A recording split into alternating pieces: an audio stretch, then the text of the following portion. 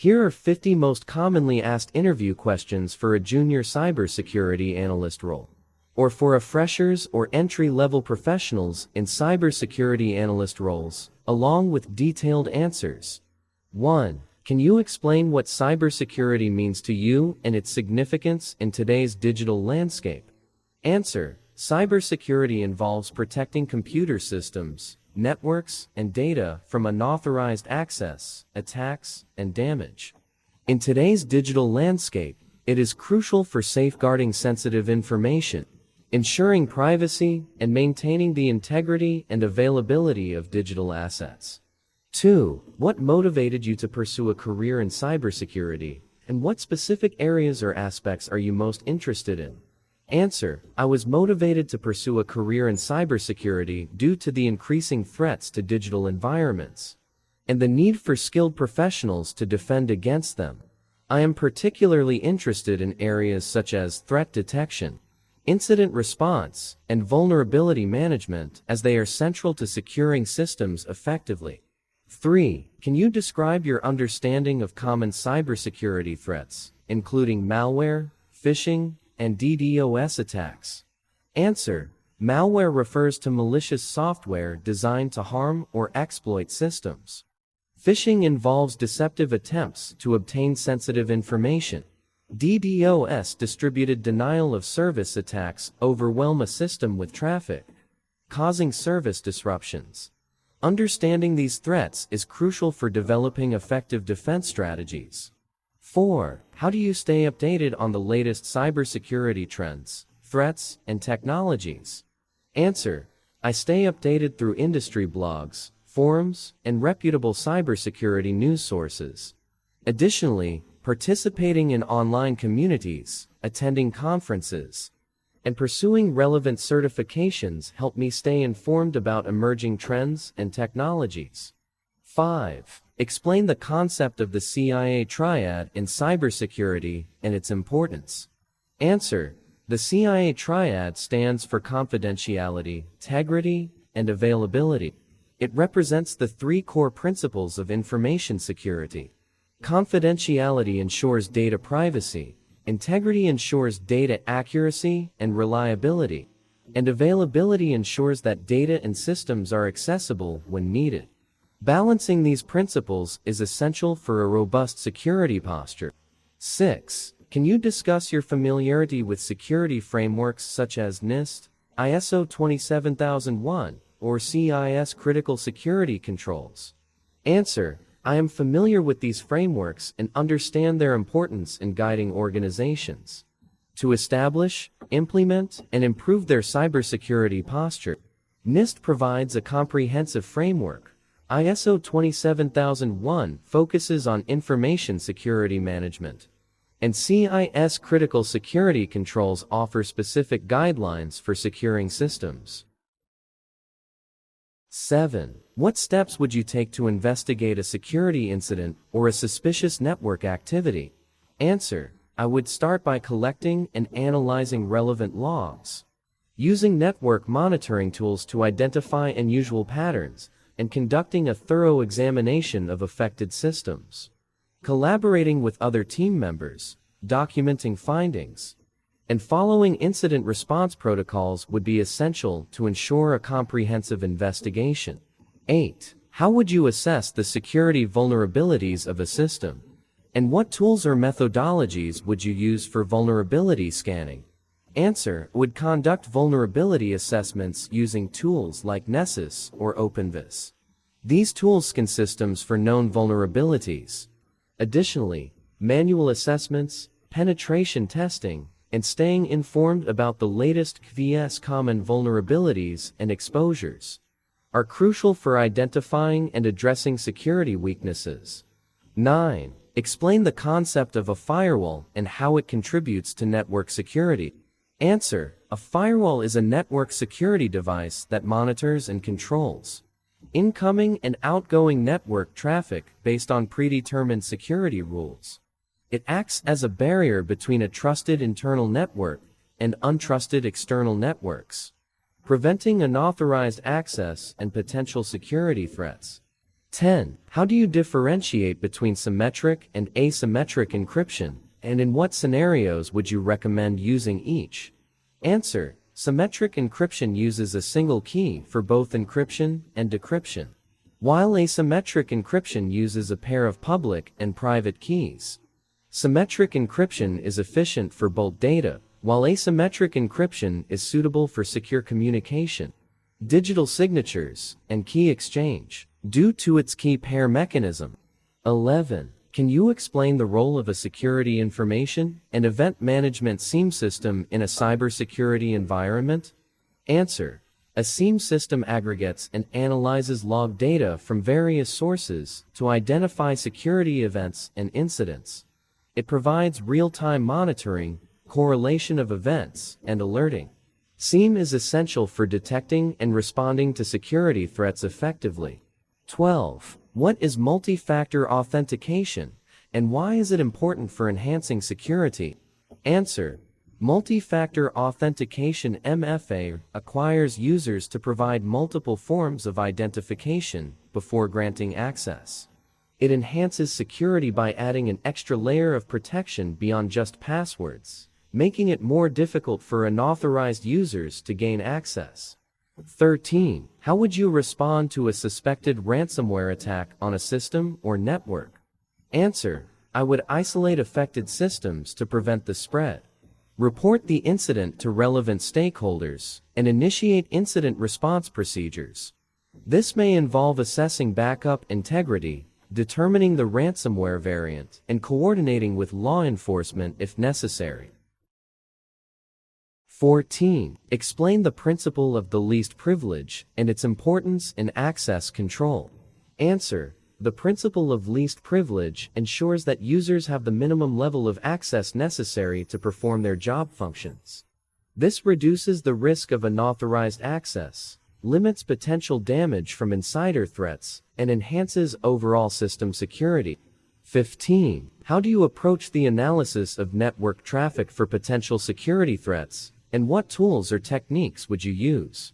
Answer. I would use network monitoring tools like Wireshark to analyze packet-level data, looking for anomalies and patterns indicative of security threats. Additionally, intrusion detection systems (IDS) and intrusion prevention systems (IPS) would be employed to detect and respond to malicious activities. 16. Can you discuss your experience with security incident response and the steps you would take during an incident? Answer. I have practical experience in incident response. During an incident, I would follow the predefined incident response plan, contain the incident, analyze the scope and impact, eradicate the threat, recover affected systems, and conduct a post-incident review to improve future responses.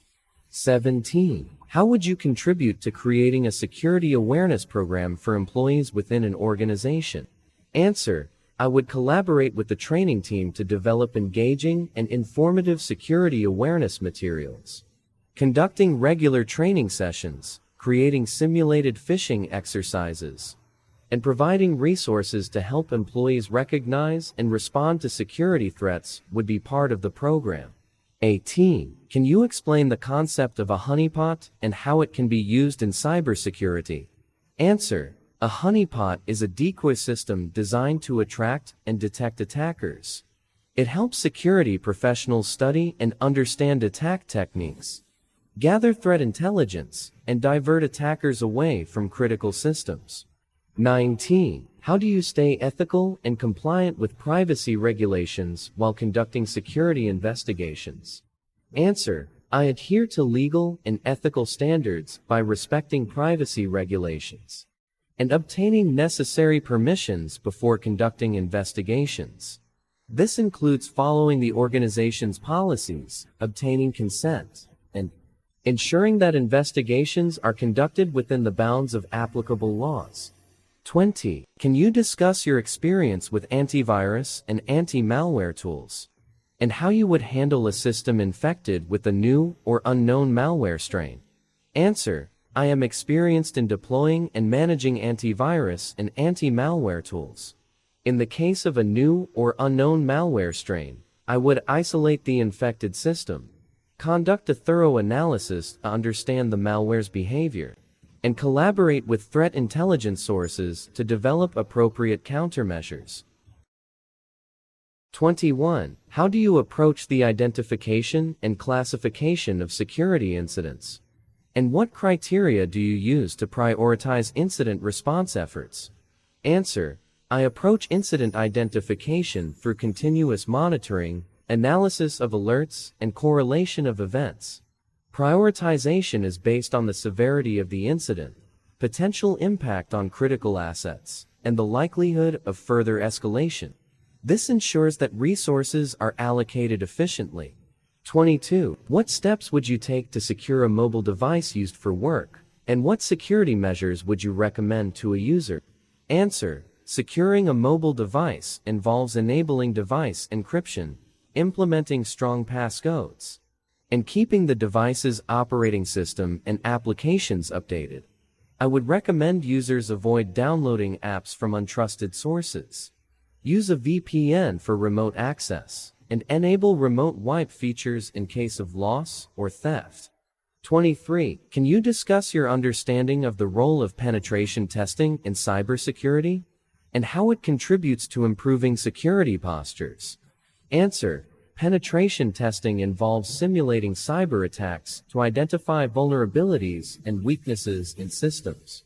It helps organizations proactively address security risks, validate existing security measures, and prioritize remediation efforts to strengthen overall security postures. 24. How do you approach the assessment of security risks associated with cloud computing environments? And what considerations are crucial in securing cloud-based assets?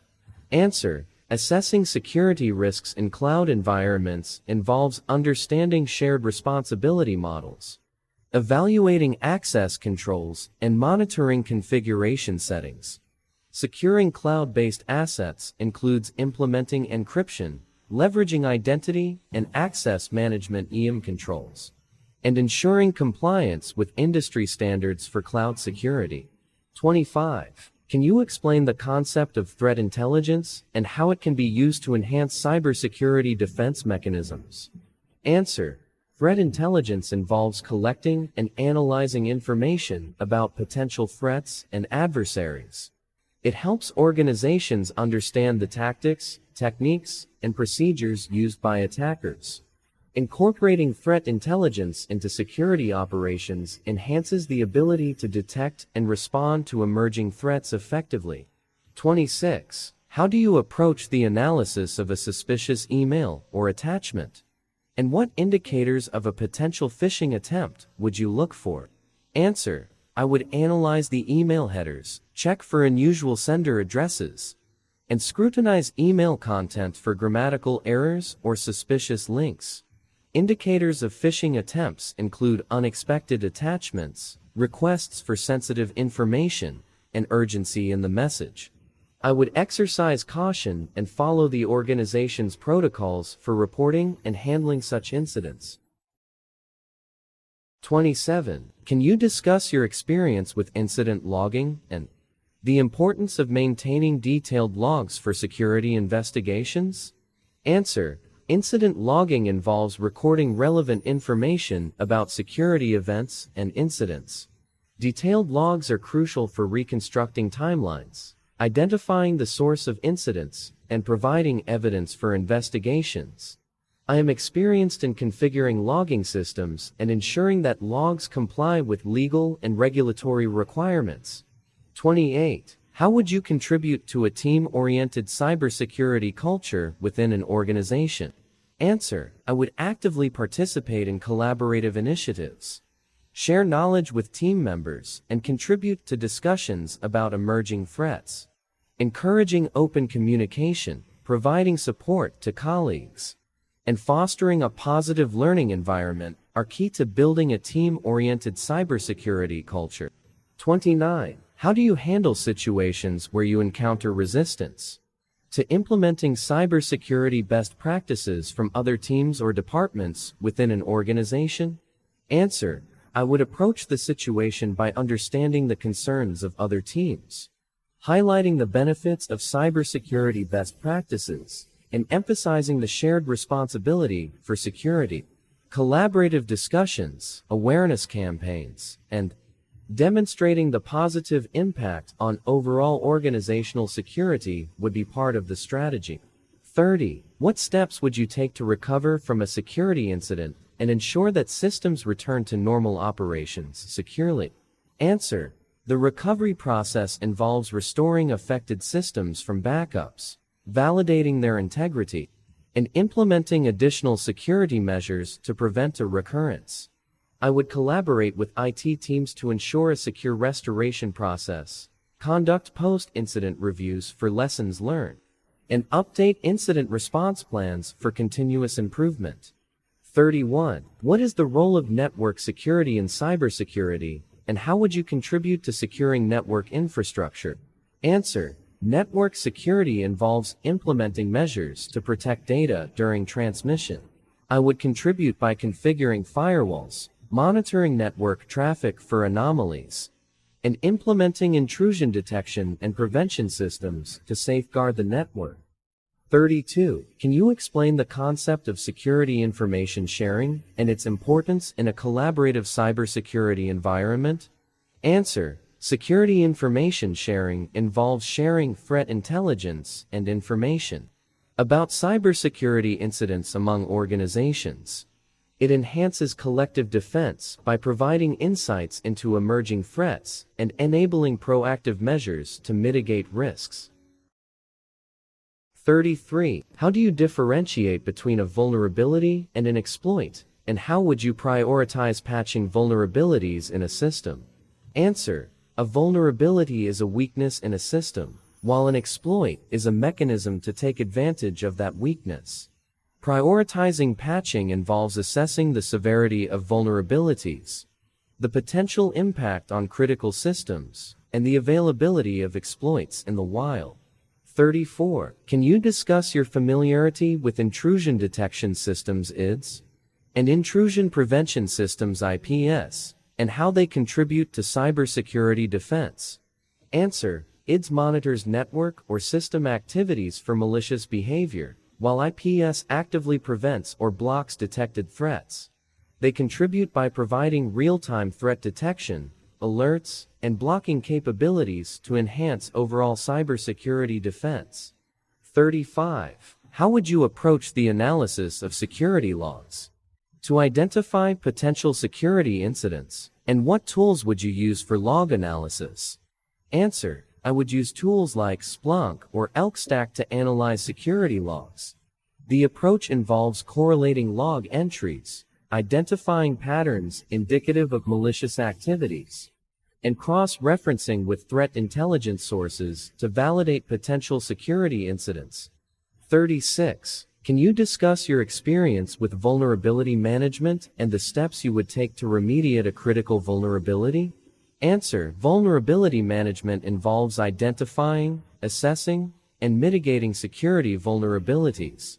To remediate a critical vulnerability, I would prioritize the patch deployment, apply security updates, and perform validation tests to ensure the vulnerability is effectively addressed.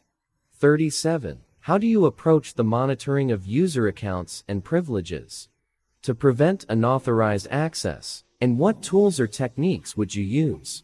Answer. I would use identity and access management (IAM) tools to monitor user accounts and privileges. The approach involves conducting regular access reviews, enforcing the principle of least privilege, and implementing multi-factor authentication to prevent unauthorized access. 38. Can you explain the concept of a Security Operations Center (SOC) and its role in cybersecurity incident detection and response? Answer. A SOC is a centralized unit responsible for monitoring and responding to security incidents. It plays a crucial role in detecting and responding to security threats.